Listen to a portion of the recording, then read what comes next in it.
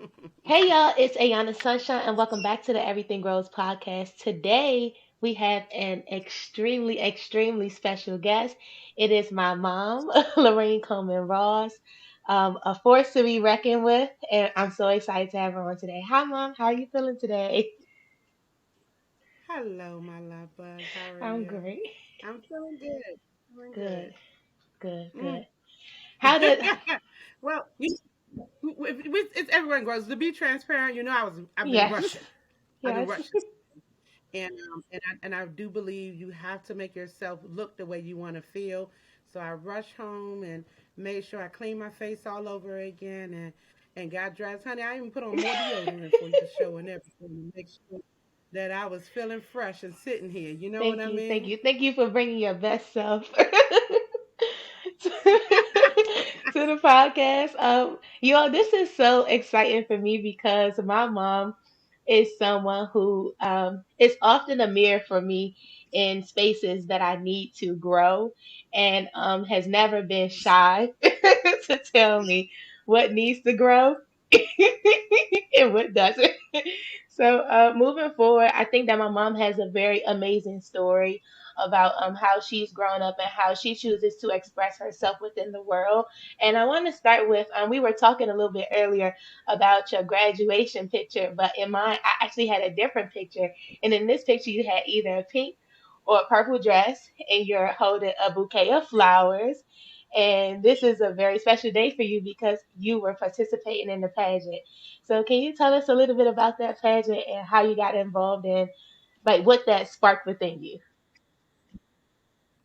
So, actually, it started at our local Oh, rec yes. center at Ball Eagle Recreation Center in Southwest Washington, D.C.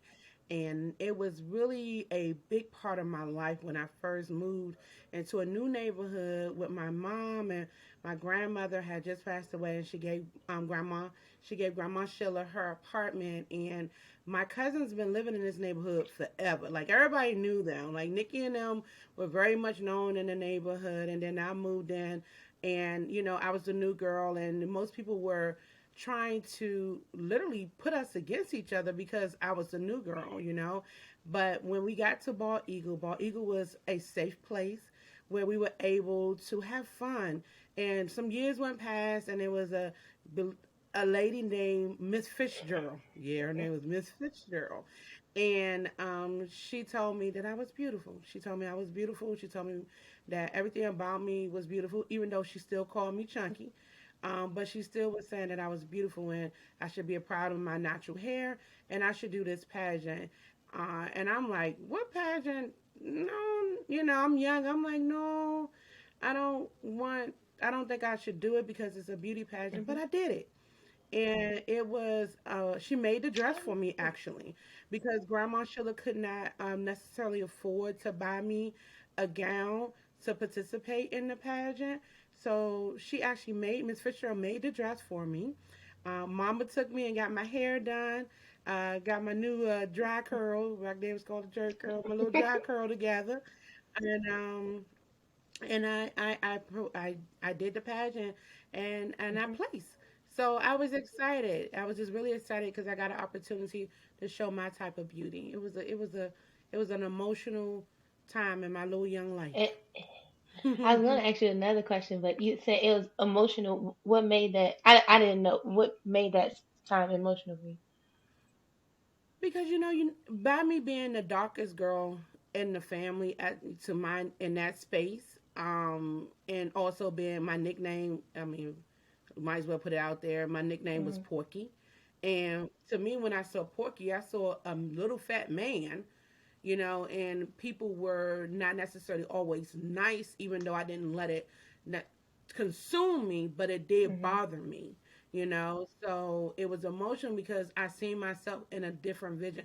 I never wore a gown before that particular time in my life. You wore Easter dress, but to get a gown made for you, specifically for you for this moment, it was a teardropper because it meant someone cared enough about the beauty that I see in Hmm. myself they seen it as well and was willing to help me bring it to the forefront. And within your soft side, I know that my siblings and I have heard several stories of you and your siblings taking up for yourselves, being defensive for yourselves within the community. And I wanted you to talk a little bit about that, like growing up in the community that you grew up in. We are from Washington, D.C., from those who don't know where we're from. My mom's from D.C., she raised us, born and raised in D.C. So, yeah, talk to us a little bit about that.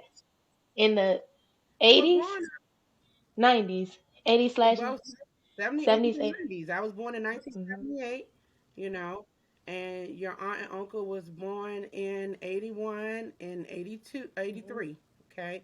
So we were just on the cusp of all that good old soul music that turned into hip hop getting out there.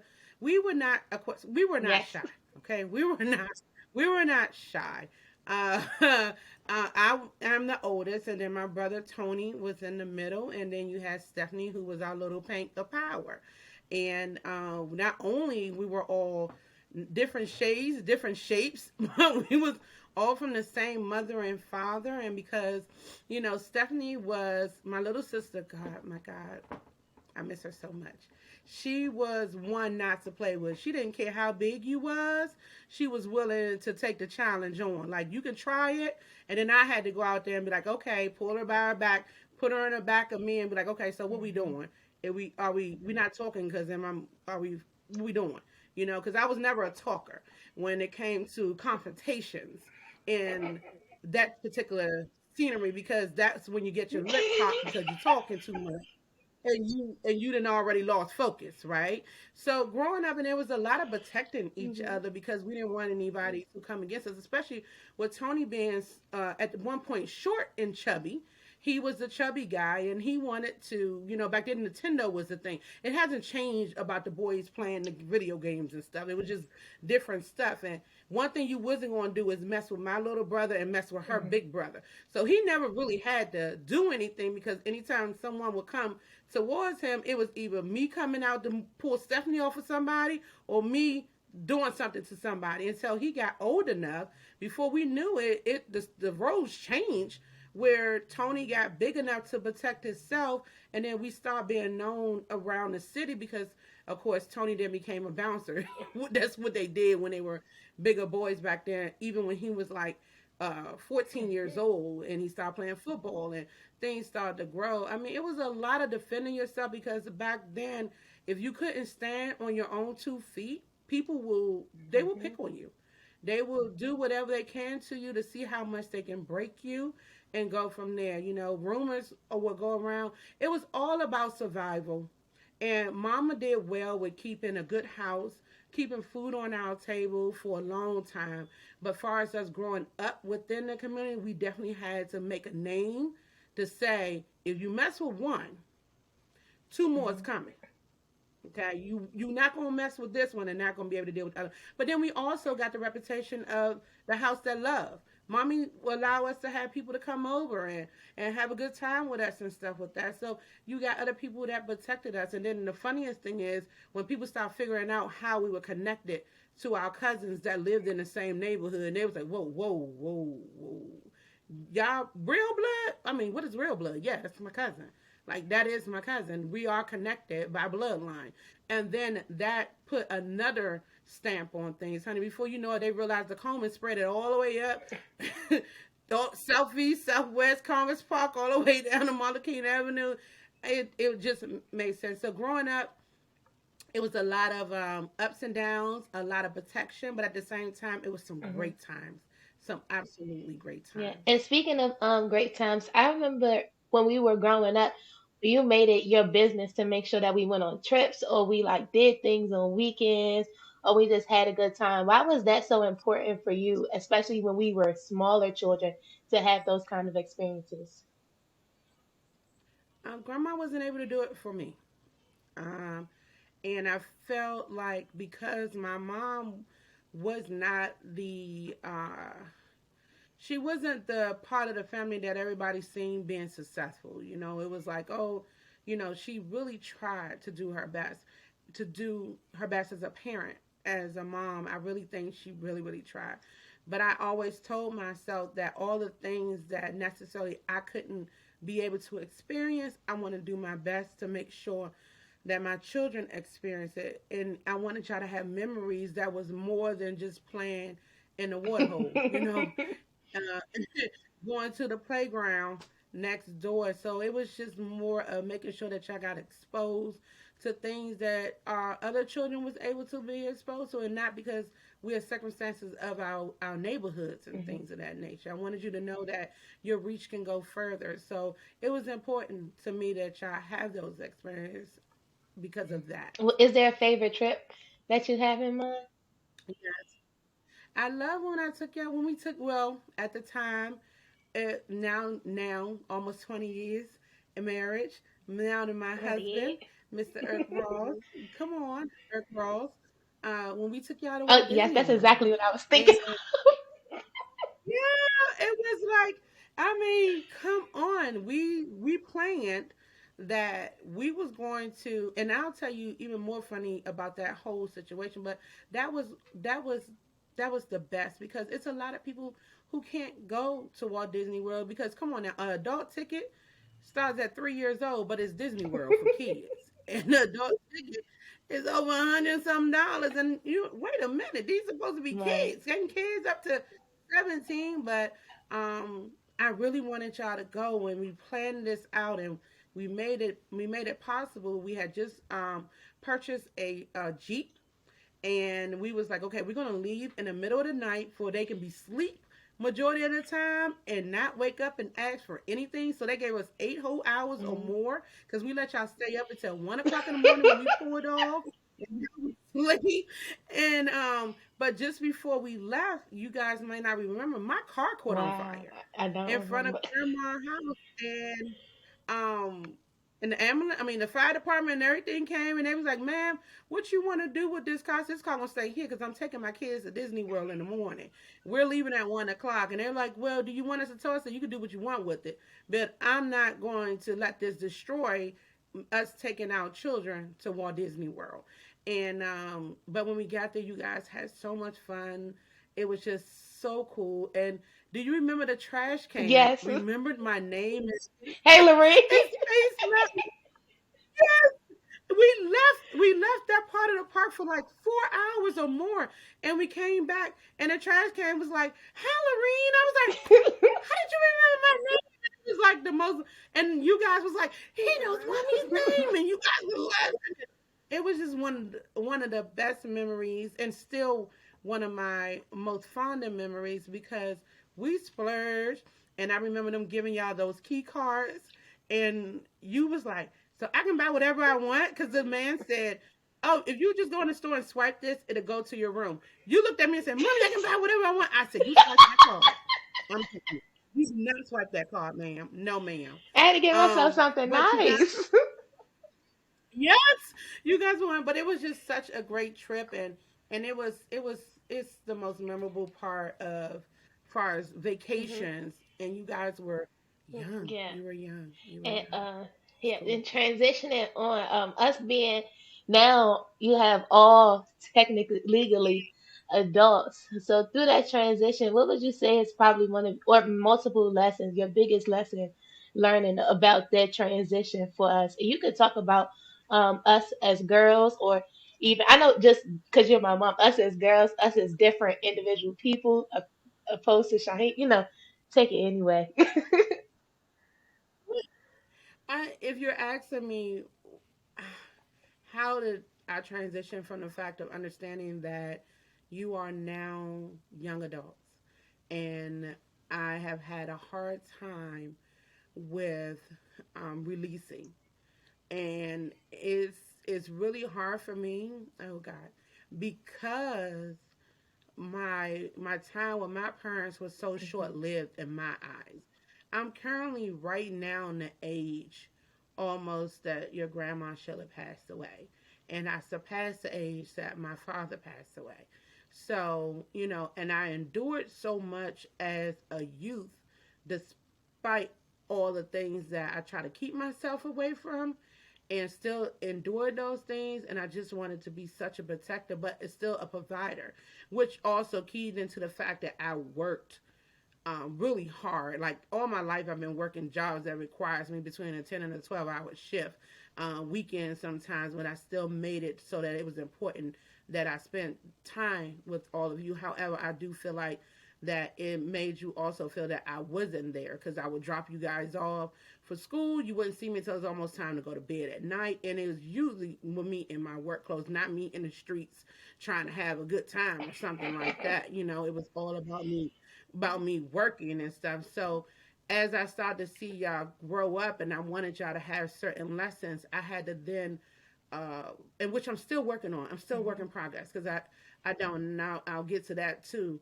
The hardest thing is knowing when to step back and allow you to learn from a situation versus me trying to tell you what the lesson should be versus what you're learning from it. So that was a hard transition for me, especially with the three of you beautiful butterflies, my daughters, because I have three Pacific daughters. When I say Pacific, I mean each one of you have your own personality, own style, own way of doing things. I mean, like it's no two in the same. There's no. She act like no, ma'am. You put my three daughters together, baby. They are three different girls. They are literally three different women. They think three different ways. There's no. You can't put them in the same box and be like, those sisters are just alike. No, ma'am. No, ma'am. And it's sometimes people don't even realize that y'all sisters unless y'all together because of how differently you carry yourself and how you go. And neither one of them are bad. Like you guys have great personalities, great styles. You're great people. You're when it comes to caring and sharing, you're good at doing those as well. I would just say never cross them because the other side is crazier. But it's just like it's that. And then you have Shaheen, my son, my baby, the boy My who, pride you know, and joy. my oh my baby. He's my prince, and it's a different pace. What it was different from having three girls and having somebody who really wanted to be with mommy instead of somebody wanting to run away from me because I don't want to, you know how it goes with the relationship. When my son was willing to give me hugs and kisses till this day, and you guys be like, mommy, leave me alone, no, mommy, and where he was like, okay, but then when you guys got older, I just really didn't want y'all to experience anything that was hardship to you. And then I had to realize that I couldn't protect you from all of those things. That was very hard for me. Very, very hard for me because I feel like I had the right conversations, and then sometimes you go, well, how did this happen? Or, and stuff like that. So when you guys got older, Deshaun said something to me some years ago, right? And I swear I wanted to choke her, right? Look at me scratching my neck. Um, and I was talking to her, and I was like, you gotta understand that you gotta work hard for this. You know that baby told me, well, it's not my fault. I never had to want for nothing, mommy. What? Princess Peach. It's not my what?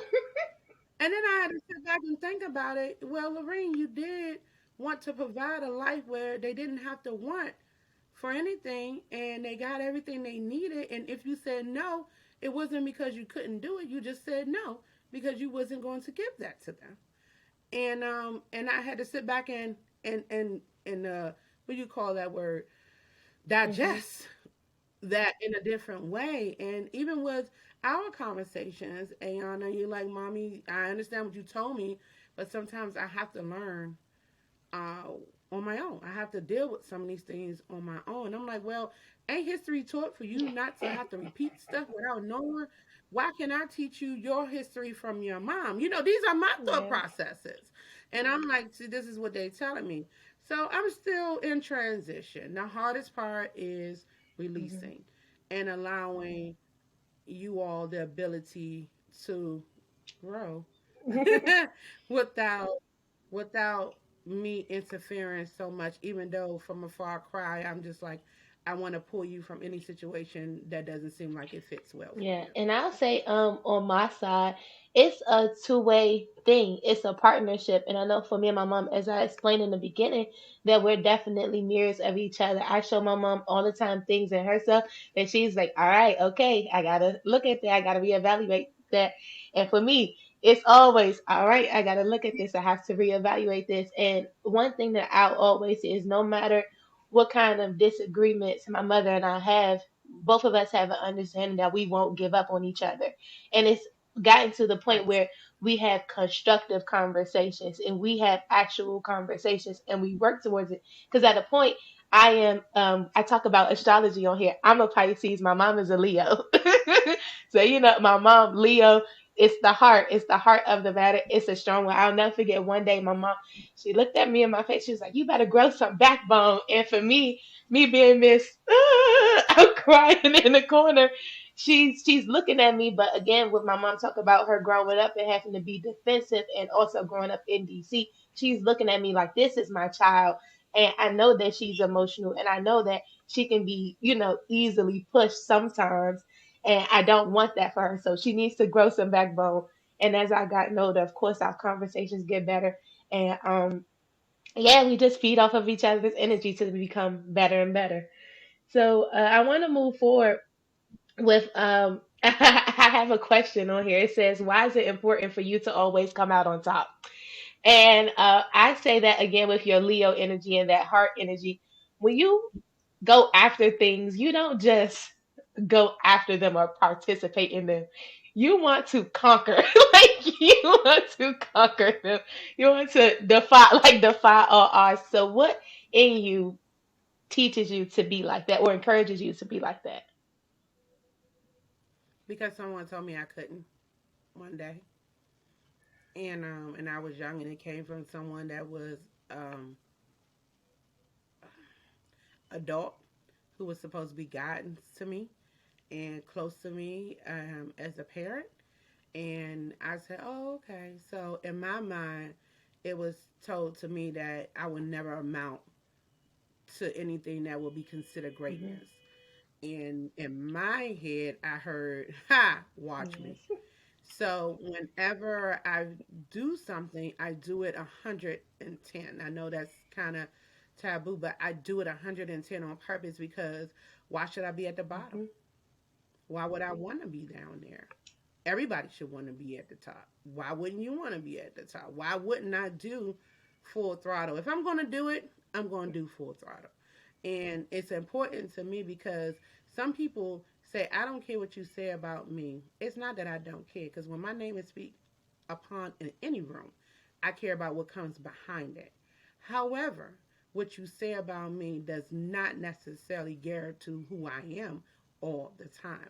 What it does is this bring conversation about a person that people gain interest in and making them intrigued to find out more. Baby, do it for me. Because when they come looking, they're going to be like, well, well, well, I see something. I see something of greatness. Because, as you know from yourself and what you have accomplished in your life, Ayana, your thing was that you wanted to be the best of the best of what anything that you have done throughout your youth as well. And you think you got that from just being an Ayana. It's in your blood to be great. It's in your blood to be great. It's what we do. And I will take claim to that, period. And that's not to say that I have not failed in certain things. It's not to say that I have not had to reset, readjust, and do that again. Because there has been times that I had to do Hmm. that, right? And I have been known to tell people in the last, I don't know, 5 or 6 years that a new definition for failure for me now it means to me my first attempt in learning anything. And it doesn't tell me how many times I can fail to continue to learn. So it's important to me to be on top on stuff, sweetheart, because I strive for greatness. And when people say my name, I want to make sure it's something I want to hear when it comes the conversation afterwards. And a conversation that your name comes up a lot in is the full figure scene here in Washington, D.C. So you have taken that star out of the sky and put it right here and up here and put that into your energy and talking about you wanting to conquer things. You participated in the pageant before really quickly. You participated in the pageant before for you could talk about it a little bit and your transition because I don't want to mess up your story. You're fine, pretty girl. So, 2016, true story. I was sitting on the couch, and I was like, man, these kids are getting older. I want to look back into some things that I can do. And I was watching YouTube. I started, I did a little bit of modeling back in junior high school and high school. I did some really fancy hair shows in the DMV area and had some good time with that. And I wanted to get back into it because, hey, like you said, I like to be on the top of things, honey. I like to be in the middle and sachet and chantilly. And I feel like I have what it takes, Yes. right? Of course, I needed some polishing, but I was sitting on a couch and I was looking up plus size, full figure, model, and pops up full figure pageantry. And I was like, pageantry? Ooh, I remember. I went back to the purple dress. I was like, yeah, I did a little bit of something, something. I think I got what it takes. And it was the Miss Full Figure USA Hmm. pageant. And that pageant was developed by Teresa Sparkle Randolph over 30 something years ago. And at that time, I just wanted to see what it was all about. So, believe it or not, the auditions were ending the next day. And I'm like, oh, I'm going to email her. And then she emailed me back and she was like, yeah, the auditions are in New Jersey. I was like, oh, New Jersey. New Jersey, and I went and I woke your dad up, and I said, babe, we're gonna go on a road trip tomorrow. He said, go on a road trip for what? I said, I wanna go to New Jersey. New Jersey, what we going to New Jersey for? And I was like, I want to audition for a pageant. And my husband did not look at me and say, girl, you crazy. He looked at me and said, oh, okay, Hmm. okay. And we got in the car. We went. I was selected to participate. Didn't realize exactly what I was getting into, but it turned out to be something that rebirthed something deep inside of me, and it transitioned into me making new relationships with women that was like-minded like me.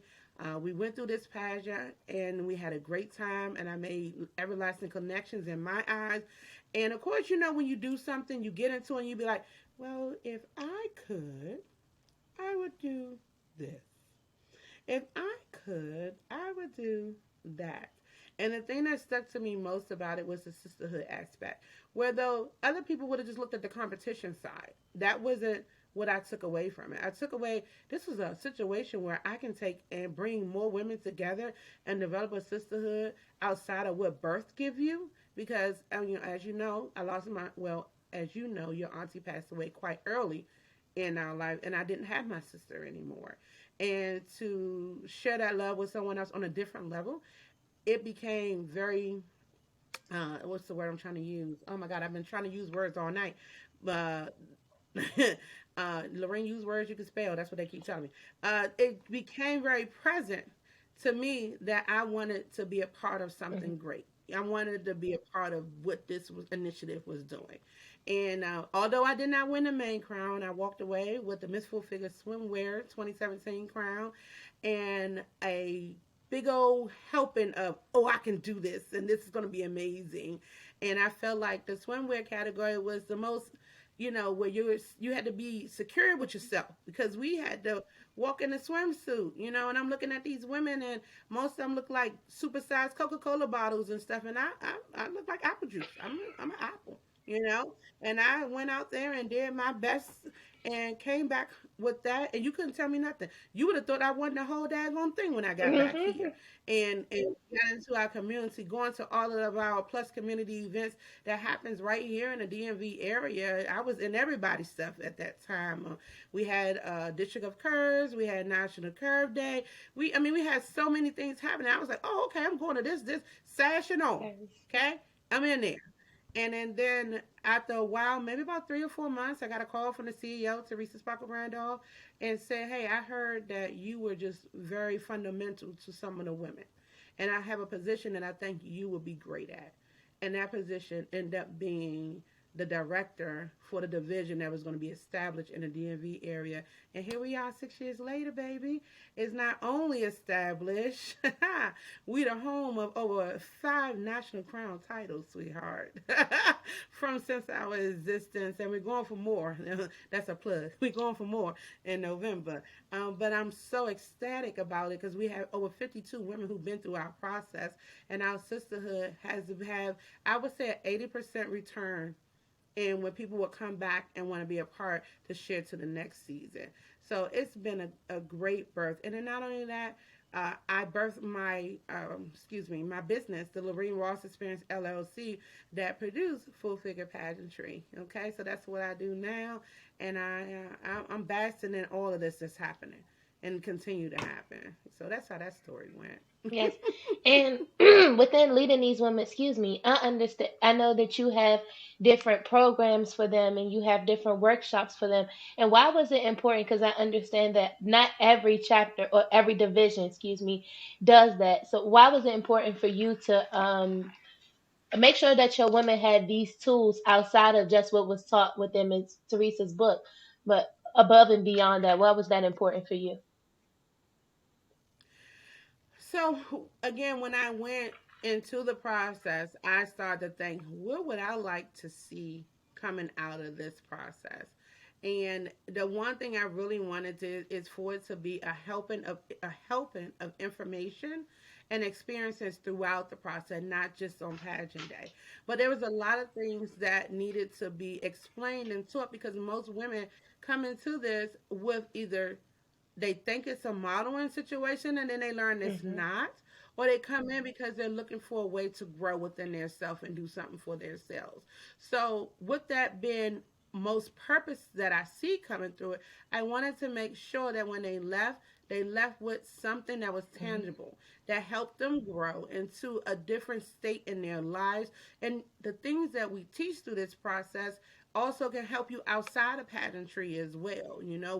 We talk about anything from the basis of shapewear on your Hmm. clothes to emotional balance. How to take and understand your self-worth and recognize that you have a lot to give, and those lessons can take you a long way. And then we also do the basic stuff like beauty tutorials with beauty professionals, making sure your health is good. We have people coming in who talk about your fitness on you, and I actually put you in some fitness. We actually working Yes. out, sometimes. And then sometimes it's a spiritual thing as well, because we talk about spiritual balance as well in different ways, not just I pray on my Lord and Savior.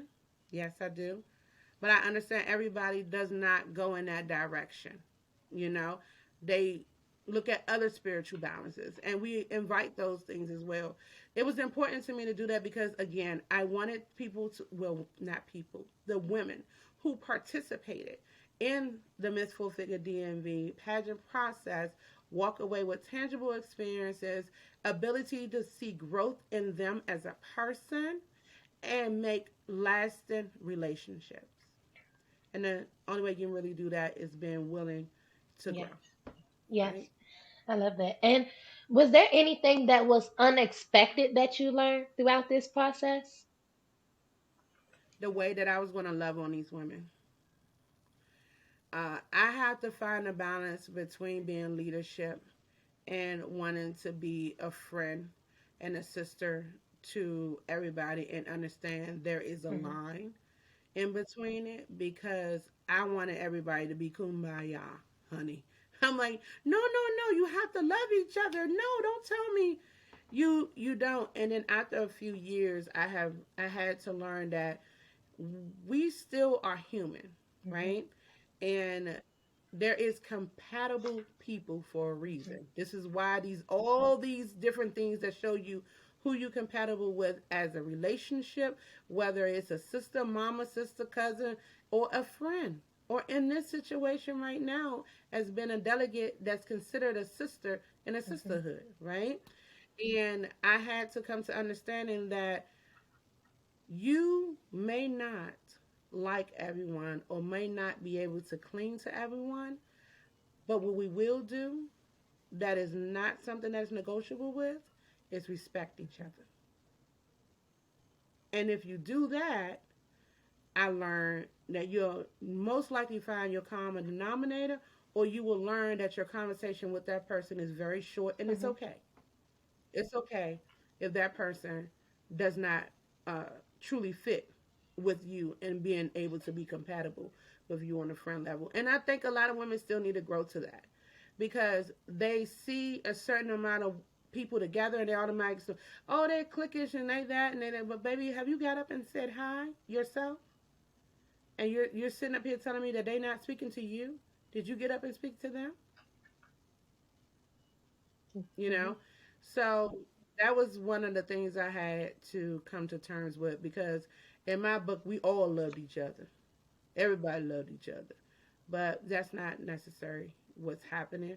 But for the respect to be in place is the most important thing. I don't know if you ever seen this thing, honey, before, but you know, to say, you don't have to like me, baby, but you must respect me and watch your mouth. Oh, please, please, please. And what kind of and what kind of Watch your please. And what kind of advice would you give to women within your age group that want to get out and try new things? like the Nike sign said, just Yes. do it. Don't let anything hold you back that cannot. You have control over your steps with the ability to allow God to lead you, Hmm. right? Other people will put their insecurities on you and say, no, no, you shouldn't do this or you shouldn't do that based off of what they see of you. What do you see in yourself? Look in the mirror and tell yourself, what do you see that you are capable to do? And if you can see it, you can do it. It does not mean you have to sit back because somebody else are giving you their opinion on what it is. And people will say, well, don't ask people opinion. Well, you ask people opinion for certain reason, but don't let it be the reason to hold you back from what you're destined to do if you only took the Hmm. step. So just do it. Yes. Do it. Thank you for that. Thank you for that. And where can we see you growing from here?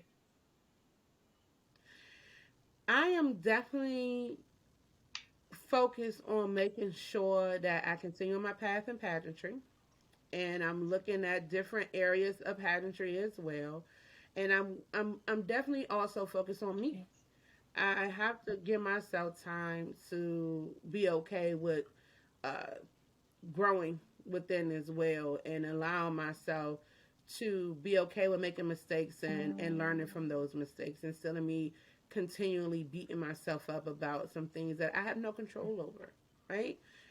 And you can only control what you have control over. You can't control other things, but that goes in so many different ways. And you'll also see me growing in a way of, becoming empty nester, really, to be honest with you. So, more things with me and hubby, trying to make sure that we start to make more memorable moments that involve us and knowing that, our babies might not be there and they don't necessarily going to come, So that's, I that's I be another there, thing. y'all. I be there. I'm just, this year, mommy be 44. Yes. Uh, That's a yeah, I'll good be 44 number. this year. I think it's a good number, and especially since I don't look it. Hmm. Hmm. Hmm. But it's that's what you'll see, and then my spiritual growth. I've been working on that as well. My Lord and Savior been beside me for a long time. He worked hard with me. He allowed me to make my mistakes and continue to manifest my growth because I speak it to him and he like, yeah, I got you. So that's where I'm Well, at. thank you so much for your vulnerability and your wisdom, and of course, supporting me through all of this. And thank you all for listening. And keep growing. Thank you so much, Mom. Love you. Love you.